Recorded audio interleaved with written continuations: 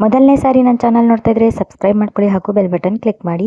ಈ ವಿಡಿಯೋದಲ್ಲಿ ಕನ್ನಡ ವ್ಯಾಕರಣದ 50 ಪ್ರಶ್ನೆಗಳನ್ನು ನೋಡೋಣ. ವಿಜಾತೀಯ ಸಂಯುಕ್ತಾಕ್ಷರ ಪದವಿದು. ಆಪ್ಷನ್: ಕತ್ತಲೆ, ಅಪ್ಪ, ಶಸ್ತ್ರ, ಕಣ್ಣಿಗೆ. ಸರಿಯಾದ ಉತ್ತರ ಶಸ್ತ್ರ. ಅವರ್ಗೀಯ ವ್ಯಂಜನವಲ್ಲದ ಅಕ್ಷರ: ರ, ವ, ಹ, ನ. ಸರಿಯಾದ ಉತ್ತರ ಅವರ್ಗೀಯವಲ್ಲದ ವ್ಯಂಜನ ನ. ಗುಣಿತಾಕ್ಷರದಿಂದ ಕೂಡಿದ ಅಕ್ಷರ: ಆಪ್ಷನ್: ಕ, ಆ, ಇ, ಎ.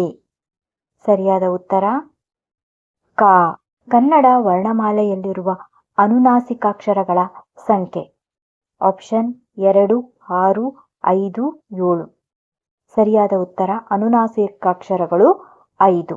ಕನ್ನಡ ವರ್ಣಮಾಲೆಯಲ್ಲಿರುವ ಅವರ್ಗೀಯ ವ್ಯಂಜನಗಳ ಸಂಖ್ಯೆ: ಆಪ್ಷನ್: 6, 9, 13, 25. ಸರಿಯಾದ ಉತ್ತರ ಅವರ್ಗೀಯ ವ್ಯಂಜನಗಳ ಸಂಖ್ಯೆ 9. ವರ್ಗೀಯ ವ್ಯಂಜನಗಳ ಸಂಖ್ಯೆ 25. ಸಜಾತೀಯ ಸಂಯುಕ್ತಾಕ್ಷರಕ್ಕೆ ಉದಾಹರಣೆಯಾದ ಪದವಿದು. ಆಪ್ಷನ್: ಶಸ್ತ್ರ, ಎಚ್ಚರ, ಅದ್ಭುತ, ಅಕ್ಷರ. ಸಜಾತಿ ಸಂಯುಕ್ತಾಕ್ಷರ ಅಂದರೆ ಅದೇ ಅಕ್ಷರದ ಒತ್ತಕ್ಷರ ಅದಕ್ಕೆ ಇದ್ರೆ ಅದು ಸಜಾತಿ ಸಂಯುಕ್ತಾಕ್ಷರ. ಹಾಗಾಗಿ ಇದಕ್ಕೆ ಸರಿಯಾದ ಉತ್ತರ ಎಚ್ಚರ. ಕನ್ನಡ ವರ್ಣಮಾಲೆಯಲ್ಲಿರುವ ಮಹಾಪ್ರಾಣಾಕ್ಷರಗಳ ಸಂಖ್ಯೆ: ಮಹಾಪ್ರಾಣಗಳು. ಸರಿಯಾದ ಉತ್ತರ 10. ವಿಜಾತೀಯ ಸಂಯುಕ್ತಾಕ್ಷರಕ್ಕೆ ಉದಾಹರಣೆ ಇದು. ಎಚ್ಚರ, ಉಷ್ಣ, ಕಣ್ಣಿಗೆ, ಬಟ್ಟೆ. ವಿಜಾತಿ ಸಂಯುಕ್ತಾಕ್ಷರ ಅಂದರೆ ಬೇರೆ ಅಕ್ಷರದ ಒತ್ತಕ್ಷರ ಇದ್ರೆ ಅದು ವಿಜಾತಿ ಸಂಯುಕ್ತಾಕ್ಷರ. ಹಾಗಾಗಿ ಇದರಲ್ಲಿ ಉಷ್ಣ. ಅನುಸ್ವರ, ವಿಸರ್ಗಗಳನ್ನು ಹೀಗೆನ್ನುವರು. ಅನುಸ್ವರ ಮತ್ತು ವಿಸರ್ಗವನ್ನ ಯೋಗವಾಹ ಎನ್ನುವರು. ವರ್ಗೀಯ ವ್ಯಂಜನದಲ್ಲಿನ ಪ್ರಥಮ ಹಾಗೂ ತೃತೀಯಾಕ್ಷರಗಳು: ಪ್ರಥಮ ಮತ್ತು ತೃತೀಯಾಕ್ಷರಗಳು ವರ್ಗೀಯ ವ್ಯಂಜನ.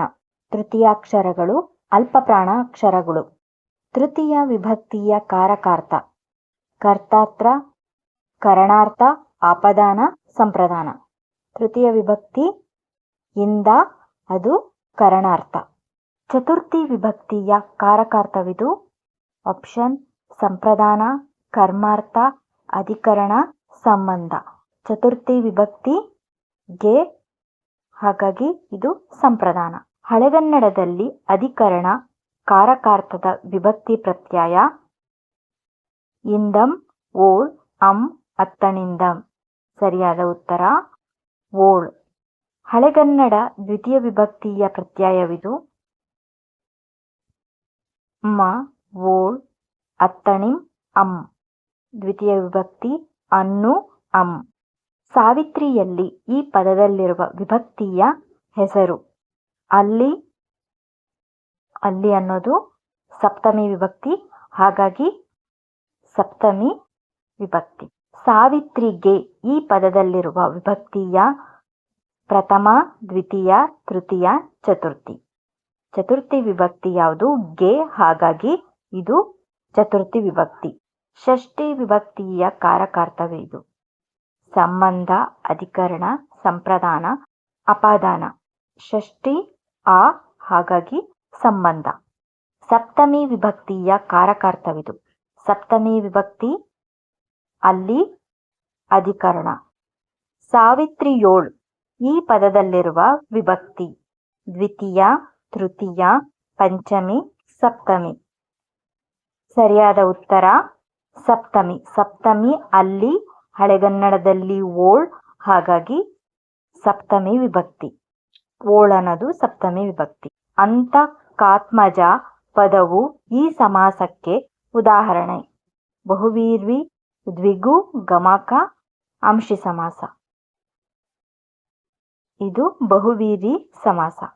ಪಾರಿಭಾಷಿಕ ಪದಗಳನ್ನು ಬಳಸುವಾಗ, ಅನ್ಯ ಭಾಷೆ ಪದಗಳನ್ನು ಬಳಸುವಾಗ ಬಳಸುವ ಲೇಖನ ಚಿಹ್ನೆ: ಪ್ರಶ್ನಾರ್ಥಕ, ಭಾವಸೂಚಕ, ಆವರಣ. ವಾಕ್ಯ ವಿಶೇಷಣ. ಸರಿಯಾದ ಉತ್ತರ ವಾಕ್ಯ ವಿಶೇಷಣ. ಒಬ್ಬರು ಹೇಳಿದ ಮಾತನ್ನೇ ಯಥಾವತ್ತಾಗಿ ಬರೆಯುವಾಗ ಈ ಚಿಹ್ನೆಯನ್ನು ಬಳಸಲಾಗುವುದು: ಅರ್ಧವಿರಾಮ, ಅಲ್ಪವಿರಾಮ, ಉದ್ಧರಣ, ಆವರಣ. ಸರಿಯಾದ ಉತ್ತರ ಉದ್ಧರಣ. ಆದರೂ ಈ ಮನೆಯಲ್ಲೊಮ್ಮೆ ನೋಡಿಬಿಡಿ, ಇಲ್ಲಿ ಬಳಕೆಯಾಗಿರುವ ಲೇಖನ ಚಿಹ್ನೆ. ಪ್ರಶ್ನಾರ್ಥಕ, ಉದ್ಧರಣ, ವಾಕ್ಯ ವಿಶೇಷಣ, ಭಾವಸೂಚಕ. ಸರಿಯಾದ ಉತ್ತರ ಉದ್ಧರಣ ಚಿಹ್ನೆ. ಬಟ್ಟೆ ಗಿರಣಿ, ರಟ್ಟು, ಪೆನ್ಸಿಲ್ ತಯಾರಿಕಾ ಘಟಕಗಳನ್ನು ಸ್ಥಾಪಿಸಲಾಗಿದೆ. ಈ ವಾಕ್ಯದಲ್ಲಿ ಇರಬೇಕಾದ ಲೇಖನ ಚಿಹ್ನೆ. ಆಪ್ಷನ್ ಅಲ್ಪವಿರಾಮ, ಅರ್ಧವಿರಾಮ, ಆವರಣ, ವಿವರಣ. ಆಮೇಲೆ ಒಂದಕ್ಕಿಂತ ಹೆಚ್ಚು ವಸ್ತುಗಳು ಹೆಸರುಗಳನ್ನು ಹೇಳ್ಬೇಕಾದ್ರೆ ನಾವು ಹಾಕೋದು ಅಲ್ಪವಿರಾಮ. ಹಾಗಾಗಿ ಇದಕ್ಕೆ ಸರಿಯಾದ ಉತ್ತರ ಅಲ್ಪವಿರಾಮ. ಒಂದು ಪದವನ್ನೋ ವಾಕ್ಯವನ್ನೋ ಹೇಳಿ ಅದಕ್ಕೆ ಸಮಾನಾರ್ಥಕ ಪದವನ್ನೋ ವಾಕ್ಯವನ್ನು ಹೇಳುವಾಗ ಬಳಸಬೇಕಾದ ಲೇಖನ ಚಿಹ್ನೆ. ಆಪ್ಷನ್ ಉದ್ಧರಣ, ಅರ್ಧವಿರಾಮ, ಆವರಣ, ಅಲ್ಪವಿರಾಮ. ಸರಿಯಾದ ಉತ್ತರ ಆವರಣ ಚಿಹ್ನೆ. ಒಂದು ಅಭಿಪ್ರಾಯದ ವಿವರಣೆ ಮುಂದೆ ತಿಳಿಸಿದಂತೆ ಇದೆ ಎಂದು ತೋರಿಸುವ ಸಂದರ್ಭದಲ್ಲಿ ಬಳಸುವ ಲೇಖನ ಚಿಹ್ನೆ. ಆಪ್ಷನ್ ಆವರಣ, ವಿವರಣ, ಉದ್ಧರಣ, ವಾಕ್ಯ ವಿಶೇಷಣ. ಸರಿಯಾದ ಉತ್ತರ ವಿವರಣ ಚಿಹ್ನೆ.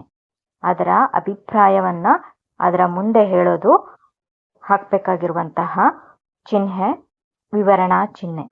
ವರ್ತಮಾನ ಕಾಲ ಪ್ರತ್ಯಯವಿದು. ವರ್ತಮಾನದ ಕಾಲ ಪ್ರತ್ಯಯವಿದು. ಆಪ್ಷನ್ ದ, ಉವ, ಉತ್ತ, ವ.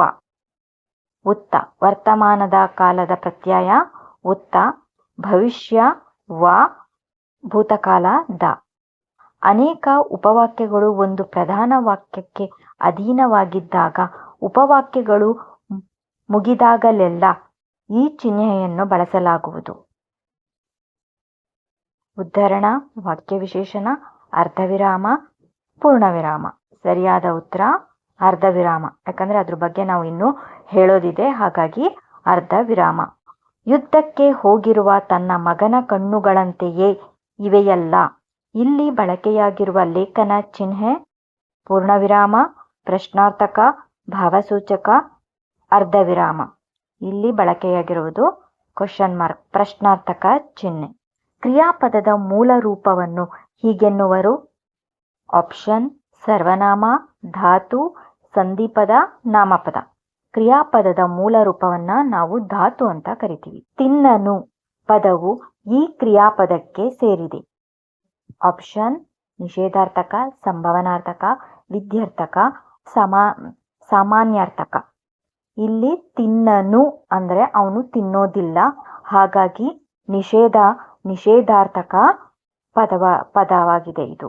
ಆಶೀರ್ವಾದ, ಅಪ್ಪಣೆ, ಆಜ್ಞೆ, ಕೋರಿಕೆ ತೋರುವಾಗ ಧಾತುಗಳಿಗೆ ಅಖ್ಯಾತ ಪ್ರತ್ಯಯಗಳು ಸೇರಿ ಆಗುವ ಕ್ರಿಯಾಪದ ರೂಪ ಸಂಭವನಾರ್ಥಕ, ನಿಷೇಧಾರ್ಥಕ, ಸಾಮಾನ್ಯಾರ್ಥಕ, ವಿಧ್ಯರ್ಥಕ. ಆಶೀರ್ವಾದ, ಅಪ್ಪಣೆ, ಆಜ್ಞೆ ಎಲ್ಲ ಇದ್ರೆ ಅದು ವಿಧ್ಯರ್ಥಕ.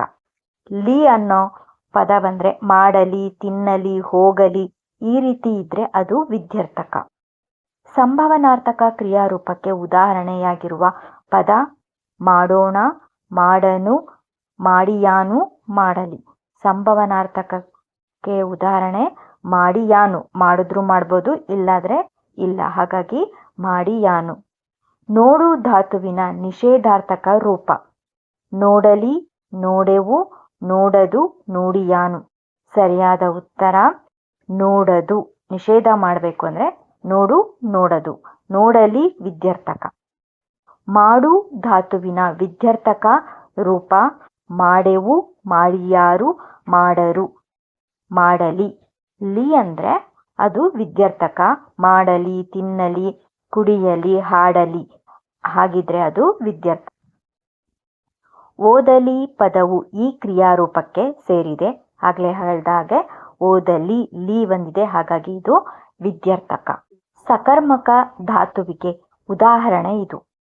ಹೋಗು, ಓಡು, ಬದುಕು, ತಿನ್ನು. ಸಕರ್ಮಕ ಅಂದ್ರೆ ಅದು ಕರ್ಮಪದವನ್ನ ಅಪೇಕ್ಷೆ ಪಡಬೇಕು. ತಿನ್ನು, ಏನನ್ನು ತಿನ್ನು, ಏನನ್ನು ಅಂತ ಪ್ರಶ್ನೆ ಮಾಡೋದಾದ್ರೆ ಅಂತಹ ಪದಕ್ಕೆ ಸಕರ್ಮಕ ಧಾತು ಅಂತ ಕರಿತೀವಿ. ಹೋಗು, ಏನನ್ನು ಹೋಗು ಅಂತ ಪ್ರಶ್ನೆ ಮಾಡೋಕ್ಕಾಗಲ್ಲ, ಹಾಗಾಗಿ ಅದು ಅಕರ್ಮಕ.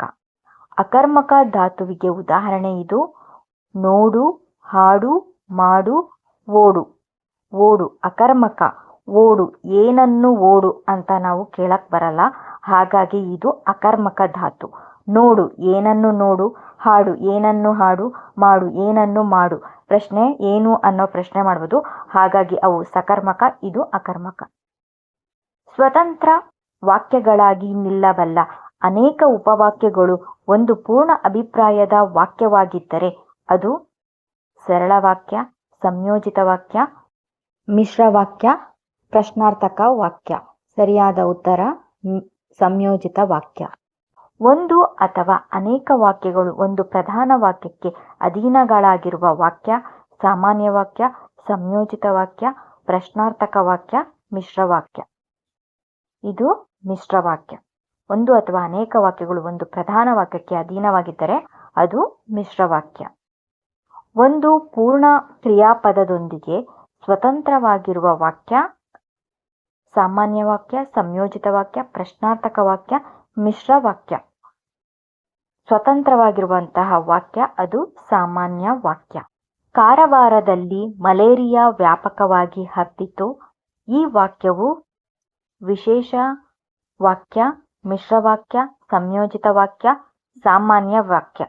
ಇದಕ್ಕೆ ಯಾವುದೇ ಅಧೀನ ವಾಕ್ಯಗಳಿಲ್ಲ, ಮಿಶ್ರವಾಕ್ಯಗಳಿಲ್ಲ, ವಿಶೇಷ ವಾಕ್ಯನೂ ಅಲ್ಲ, ಹಾಗಾಗಿ ಇದು ಒಂದು ಸಾಮಾನ್ಯ ವಾಕ್ಯ. ಕಾರವಾರದಲ್ಲಿ ಮಲೇರಿಯಾ ಹಬ್ಬಿತು, ಆದ್ದರಿಂದ ವೀರೇಶ್ವರ ಪಾಠಕ್ರವರು ಮಲೇರಿಯಾದಿಂದ ಬಳಲಬೇಕಾಯಿತು. ಈ ಕಾರಣದಿಂದ ಅವರನ್ನು ಅಲ್ಲಿಂದ ವರ್ಗಾಯಿಸಲಾಯಿತು. ಈ ವಾಕ್ಯವು ಸಾಮಾನ್ಯ ವಾಕ್ಯ, ಮಿಶ್ರವಾಕ್ಯ, ಸಂಯೋಜಿತ ವಾಕ್ಯ, ವಿಶೇಷ ವಾಕ್ಯ. ಇದು ಸಂಯೋಜಿತ ವಾಕ್ಯ.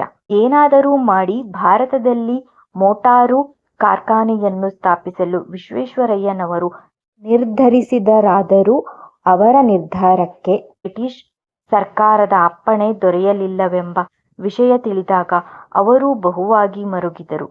ಈ ವಾಕ್ಯವು ಇದು ಮಿಶ್ರವಾಕ್ಯ.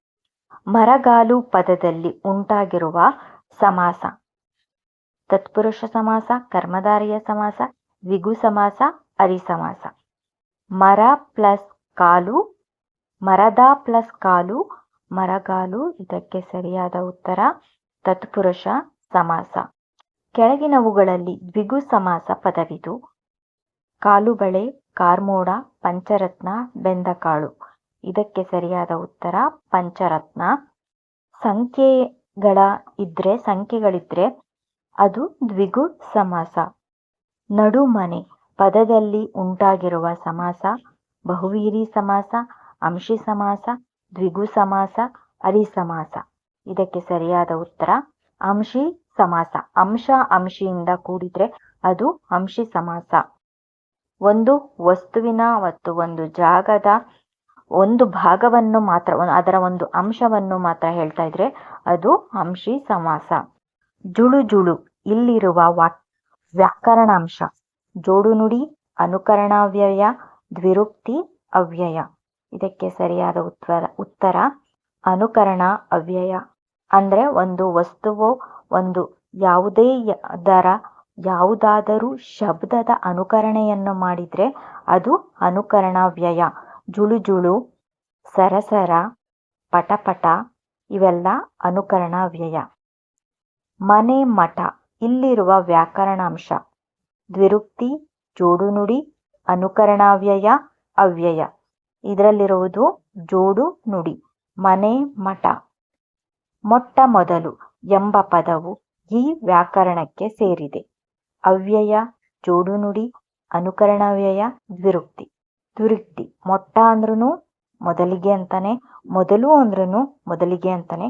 ಹಾಗಾಗಿ ಒಂದೇ ಪದ 2 ಸತಿ ಉಚ್ಚಾರ ಆಗಿದ್ರೆ ಅದನ್ನ ದ್ವಿರುಕ್ತಿ ಅಂತ ಕರಿತೀವಿ. ಇದೇ ರೀತಿಯ ವಿಡಿಯೋಗಾಗಿ ಚಾನಲ್ ಅನ್ನ ಸಬ್ಸ್ಕ್ರೈಬ್ ಮಾಡಿ ಹಾಗೂ ಬೆಲ್ ಬಟನ್ ಕ್ಲಿಕ್ ಮಾಡಿ. ನೋಡಿದ್ದಕ್ಕೆ ಧನ್ಯವಾದಗಳು.